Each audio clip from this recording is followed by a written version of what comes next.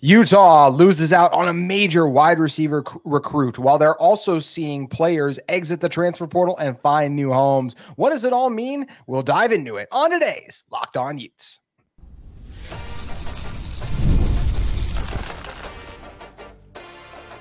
You are Locked On Utes, your daily podcast on the Utah Utes, part of the Locked On Podcast Network, your team every day.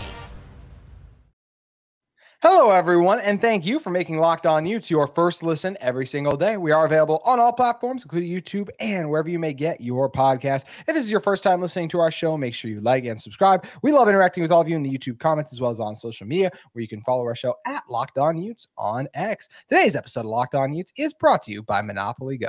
Game off. We got to talk more about Monopoly Go. This fast-paced game lets you team up with your friends for tournaments to unlock awesome prizes like unique stickers for trading, cool playing pieces, and hilarious emojis for taunting your friends. So download Monopoly Go now free on the Google Play or the App Store. Game on.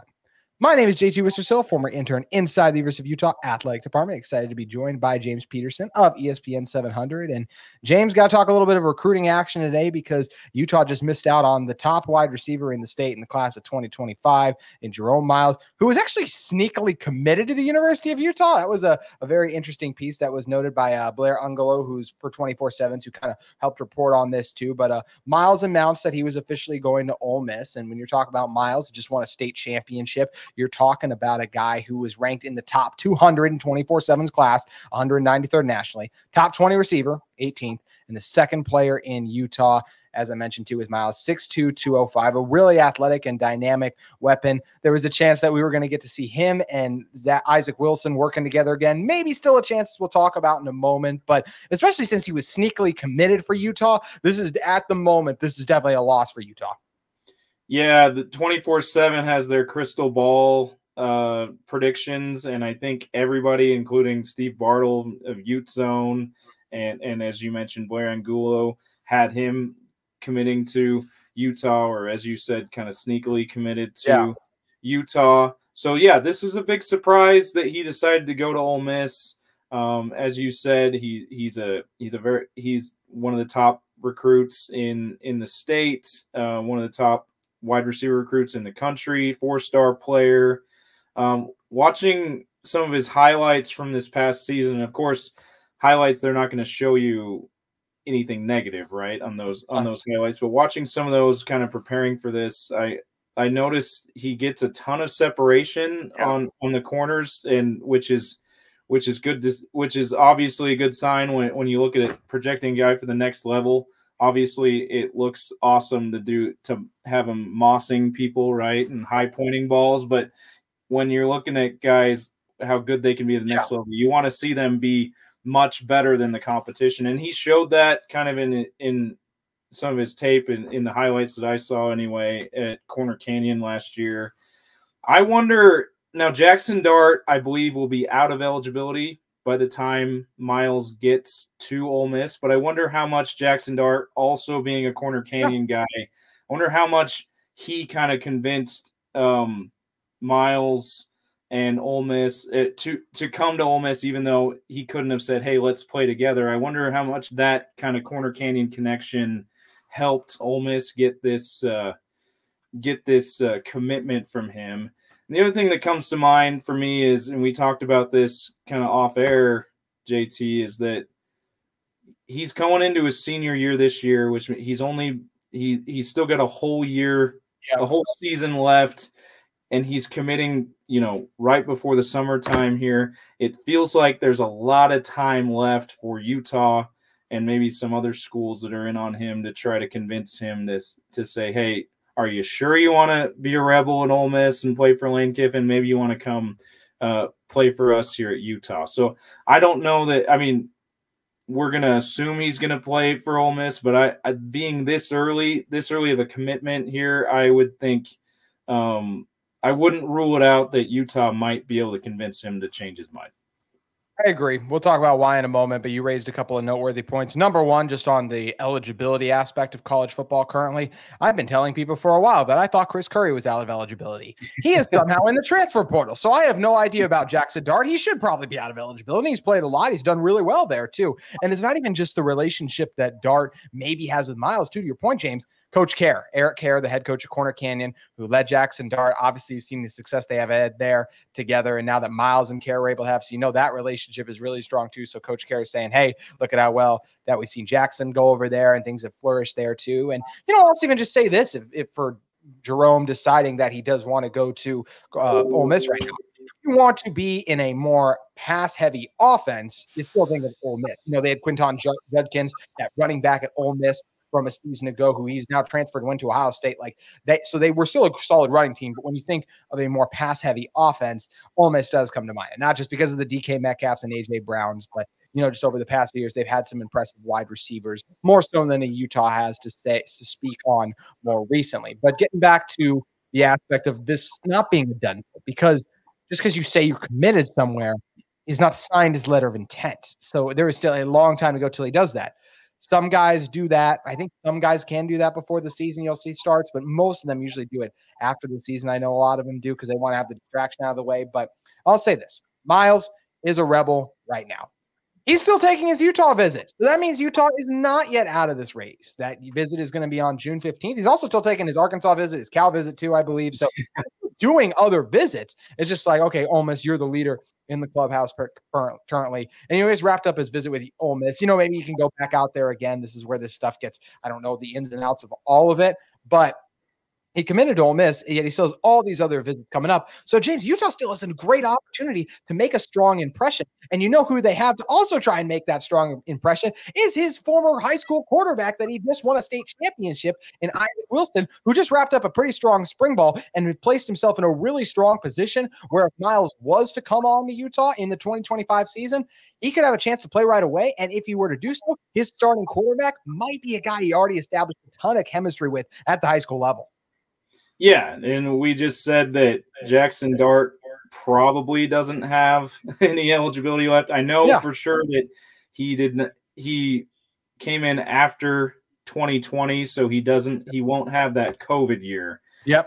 So unless he redshirts this year, gets hurt and redshirts or something, that this should be his final year. Mm-hmm.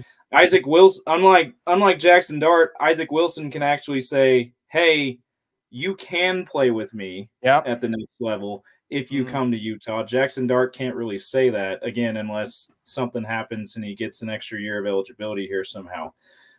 So, yeah, I think Utah's still in good position, especially noting that, as you said, he's still planning on making that visit.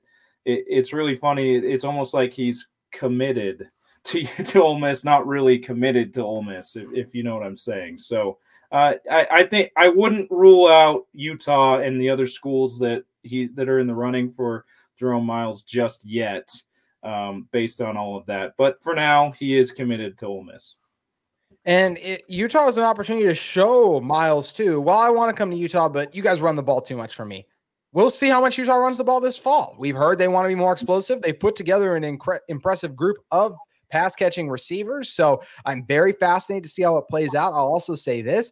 If Utah were not to land Miles, there are some young, exciting receivers on the roster still. You know, just got Lyons over, David Washington. It's just scratching the surface, a couple of names, leaving out a bunch of other ones that I think Utah still has. And we know what the transfer portal is, so there's going to be the potential for lots of other guys too. Utah should do everything in their power to land Miles, but it's not like they're 2027. If we're like projecting when Miles would make his probably biggest impact as like a sophomore or a junior, is going to crater if they don't get him. It will be better with him, but Utah can still survive. So interesting to see how it plays out, but still an opportunity if you're Utah. And I'm sure Coach Alvis Whitted is itching for that opportunity to get him with that official visit up on campus so he can try to pitch him on why the University of Utah is the best place to continue his football playing career at. So that's where Miles currently stands in the recruiting landscape, 2025 receiver. Want to talk about some things in the transfer portal as we've seen some Utah players who exited. They found their new home. So we want to talk about how Utah is on those positions since they've lost a couple of guys and they even saw some more players enter the portal too. Lots happening, as is always the case in the transfer portal. But before we dive into everything that is the transfer portal, I want to talk to you all about one of the sponsors of our episode of Locked On Utes a little further today in our friends at Monopoly Go.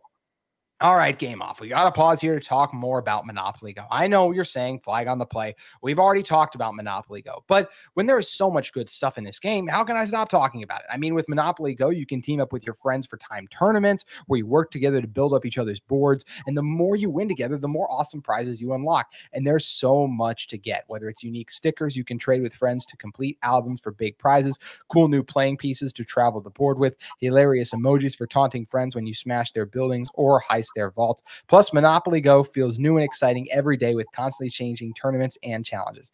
A ton, including their own unique mini games like digging for treasure for a robot machine. And there's always new timed events that help you win big, like massive multiplayers for everything you win on or rent frenzies. There's always something fun to discover in Monopoly Go. Go get off the bench and get it downloaded today, now free on the Google Play or the App Store. Game on with Monopoly Go.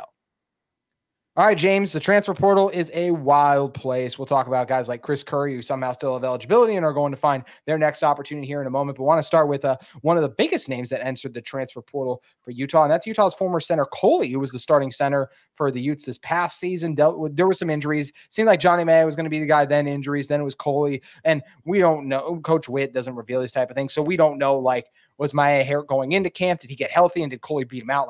We don't really know that aspect of things, but Coley was a really good center, starting center in the spring game. I originally thought he just kind of gotten beat out and thought some other players were going to get in and enter the transfer portal, but he ended up at Texas A&M. And when you end up at Texas A&M with the amount of backing we know they have, this is zero insider information. I would be surprised if NIL was not at play. That's all I'm going to say about that. But look, for Coley, I think this is an awesome opportunity for him to go to the SEC, play with Mike Elko, who's leading the charge now, the former Duke head coach, former Texas A&M defensive coordinator, who's now been tasked with trying to bring the Aggies back to prominence. So we'll see how that goes for him. But Utah does have Johnny Maya. And regardless of what happened in 2023, back in 2022, Maya beat out Foley to be the team's center at that point. But of course, Utah already had a pretty strong center option in the interior of their defense that time around. So I do think this is a Utah team that is still sitting in a nice and strong position on the interior of their offensive line, whether it is Johnny Maya, who I feel great about, and Jaron Kump has had his ups and downs with Utah. If that's your backup center, it's still a proven guy who can win you some games too. Like, realistically, that's still a really good backup center to have if that is the reserve option. So I still feel good about the center options Utah's got.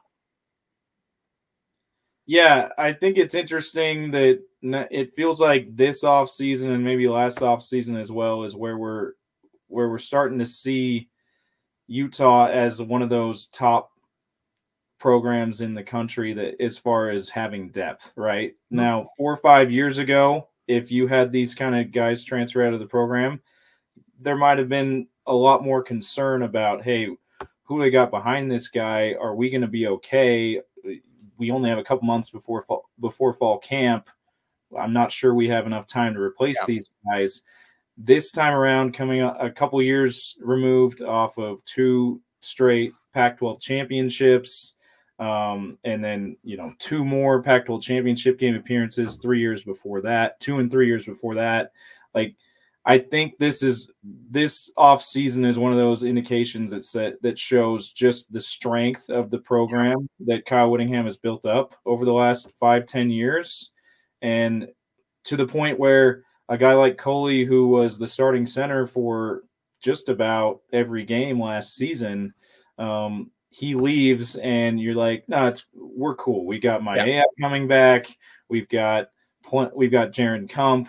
We've even got a junior, the junior who's Alex Harrison, who started in the twos on Brandon Rose's team in the spring game.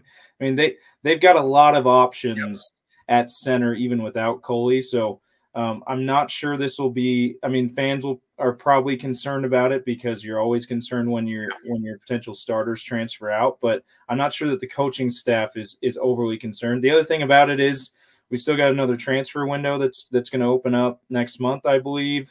And so there's time to, if they feel they need more depth at that position or to bring in a potential starter at center, they've got another window here that they can do that in time to fill those needs. And we also know there's always a lot of consternation about Utah's offensive line, and last year was certainly a a subpar year compared to the recent years before that for them. But this is a group that just about year in and year out under Jim Harding, it's one of the more dependable groups in the program. And this program shows that, hey, they have good offensive lines just about year in and year out. There's a couple of exceptions there, but I don't know that this is something that this O-line group, when there's changes there, I don't know that it's something that fans or the coaching staff should be overly concerned about.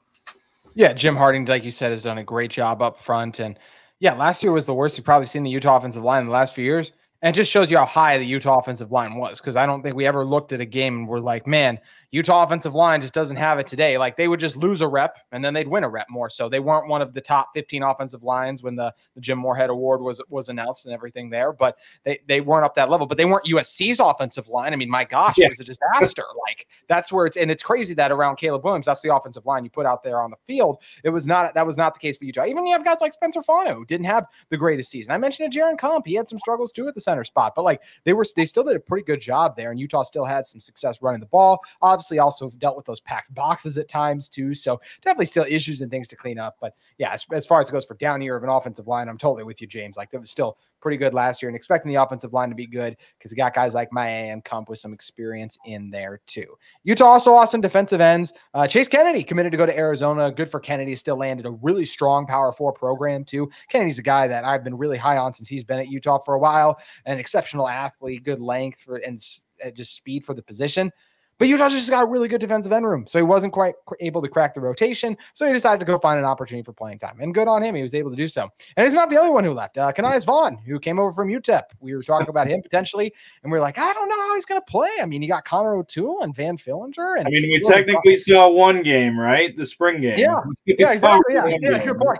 And we're like, how is this? I don't know if he's going to be able to make it on the field. And then it's like, oh, he's already back in the portal. We should have known when Utah added Paul Fitzgerald that something might be in the foot here too. But so you lose Kennedy, you use Vaughn. Is it concerning? No, they left because they wanted playing time. And who does Utah have? They have Connor O'Toole. They have Van Fillinger. And Logan Fano, hopefully his rehab will get him back in time for the start of the season. We don't know where he's at with that too. They just added Paul Fitzgerald. They added John Henry Daly. The BYU transfer is still there. That's without even mentioning guys like Akana, depth piece. The Utah defensive line might be the deepest position on the team, James. Yeah, and you took all my points there, JT. I apologize. I mean, it's okay. It's okay. But that I was just I echo what you just said. It's another thing where because that room was so loaded, that's why you got a guy who still looks like he had quite a bit of good potential in Chase Kennedy, leaving to go to Arizona instead, because he's looking around and going, well, if Van's healthy, if Logan's healthy, if Connor's healthy, I'm not sure I'm going to get on the field very much. Yeah. So it's a good problem. It's a good problem to have if you're Utah. Obviously, coaching staff and the fans want all their guys to stay. Regardless, fans of any program want their guys to stay for all 4 years at their school. But that's just not realistic nowadays. And the best you can do is make sure that you have enough depth and enough talent to overcome good players inevitably leaving the program. And Utah certainly has a defensive end. Yeah, they got good depth there, and I'm excited to see what those guys can do this fall too. Last guy I just wanted to discuss as I mentioned earlier, Chris Curry entered the portal. I was joking around with how much eligibility he got, but honestly, Chris, get your NIL back. Like, continue to play as long as you can. I completely support it. I'm happy for him that he still has these opportunities out there, and I'm going to cheer him on wherever he ends up at too. And it just, like, if you just want to talk about like how crazy the state of college football is, though, it is crazy to think he was teammates with Joe Burrow. Joe Burrow's been to Super Bowls. He's missed multiple seasons with injuries and things, like all these things. And it's like he was still in college with a guy currently playing college football. That's where these things get crazy. But excited to see where Chris ends up at too, and hope he has a great season, because these guys battled so many injuries. You want him to have that healthy season in which he's really able to contribute a lot. So hopefully Chris is able to find that here with his next team coming up And we're going to stay in the portal, but we're going to shift to men's basketball in a moment with some positive Utah men's basketball news after last week's announcement of Chris Burgess's department that we need a little bit of positivity update. So I want to talk about the latest transfer the men's basketball team was able to add. It's a center, and we'll be diving into what he will bring to the team in one moment. But first, I want to talk to you all about one of the sponsors of today's episode of Locked On Utes. It's our friends at FanDuel Sportsbook. It's playoff time in the NBA and NHL, and baseball, of course, is in full swing. FanDuel is your place to bet on every game. Right now, new customers get $150 in bonus bets guaranteed. That's $150 win or lose. You can bet on everything from slap shots to home runs to slam dunks, all on an app that is safe, secure, and easy to use. What are you waiting for? You can visit FanDuel.com/lockedon and make your first bet an automatic win. Got the NBA playoffs in full go right now. So many fun series going on. I'm looking at my Minnesota Timberwolves, who finally won a playoff series, but unfortunately they draw the Denver Nuggets. So how are the Wolves going to fare against Nikola Jokic? What kind of numbers is one of the most dominant big men in recent memory going to put up? And all the other NBA playoff action you got going on, whether it's the Boston Celtics or so many other teams across the association still remaining and vying for an NBA title. Head over to FanDuel today to get in on all the great NBA action. Also want to talk to you all about another sponsor of our episode of Locked On Utes today. It's our great and glorious friends at Gametime. Gametime is now an authorized ticket marketplace for Major League Baseball, which makes getting tickets even faster and easier. Prices on the Gametime app actually go down the closer you get to first pitch. They have great last-minute deals, all-in-price views from your seat, and their low-price guarantee. Gametime truly takes the guesswork out of buying MLB tickets. There are so many features I love about Gametime, whether it's those flash or zone deals. If you're going to say like a flash deal, you save even more with exclusive in-app deals on selected seats ahead of the game of the event. The zone deal, you can save even more money when you choose a section and let Gametime choose the seats for you. Or you can do a last-minute deal in which you save up to 60% off buying last minute for sports, concerts, comedy, and theater events near you. There's also all-in pricing, which is a tagline that features shows you the total up front with no surprise fees at checkout. They also have that low price guarantee and a seat view. So many wonderful features you can discover at Gametime today. So take that guesswork out of buying tickets with Gametime. You can download the Gametime app, create an account, and use code LOCKEDONCollege for $20 off your first purchase. That's capital LONC in Locked On College and LOCKEDONCOLLEG. Locked On College for $20 off. Download the Gametime app today. Last minute tickets, lowest price guaranteed. All right, James, closing this one out. Let's talk about the men's basketball team adding a transfer here, and he comes from Wake Forest, a team that Utah was able to best earlier in the season, as Zach Keller announced that he is committing to the University of Utah. He's a guy who played in a few games last year, started 11 games during his 2-year stint at Wake Forest. When you talk about his averages, just 1 point per game, 1.7 points, 1.8 rebound, limited time, only a few minutes a game, 33% from the floor. But what I do like about this is it's an upside selection, right? You look at Keller and you're like, okay, got some length and the potential to be successful. I like some of the bigs that Utah has already too, right? Obviously you're not replacing Brandon Carlson, and Keller is not the Brandon Carlson replacement, but you have a Lawson Lovering who did some really nice things for you last year. And Kaba is an incredible athlete who this team also has the luxury of using at the 5 at times too. So if Keller can give you something great, or if he needs another year to develop and learn, I think this is a good get for Utah like that too. Obviously they need to add some other players and some major contributors as they want to have a successful season in the Big 12. But Keller's still a guy I look at and I'm like, okay, he has a chance to do some nice things here. Yeah. As you said, he's not going to get anywhere near replacing the production that Brandon Carlson gave Utah. Brandon Carlson ended his career as one of the best Utes ever, right? All-time leading shot blocker. Yeah. Zach Keller's not going to be that guy, but nonetheless, they do need to replace Brandon Carlson with another big man who still has some potential, and Zach Keller, he fits that bill. So, and Kada and Lovering look like guys that will still get the majority of minutes in the top of the rotation for the bigs, and so you don't necessarily need a guy. They didn't necessarily need to get a guy who was going to be a starter day in and day out. And Keller is that depth piece that'll help them as best he can. And like you mentioned, and as I said too, he's still young enough that maybe Craig Smith gets more out of him than what Wake Forest got out of him. He did have a career high 10 points, his only double-digit scoring game of his career against Utah. So you wonder if Craig Smith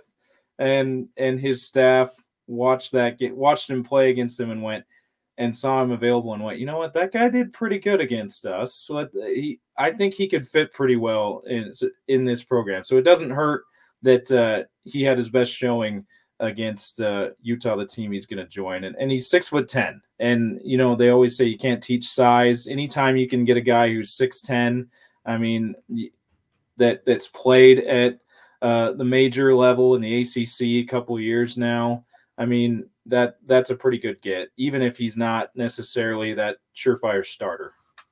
Yeah, it definitely feels like he's got potential, and that's all you can ask for.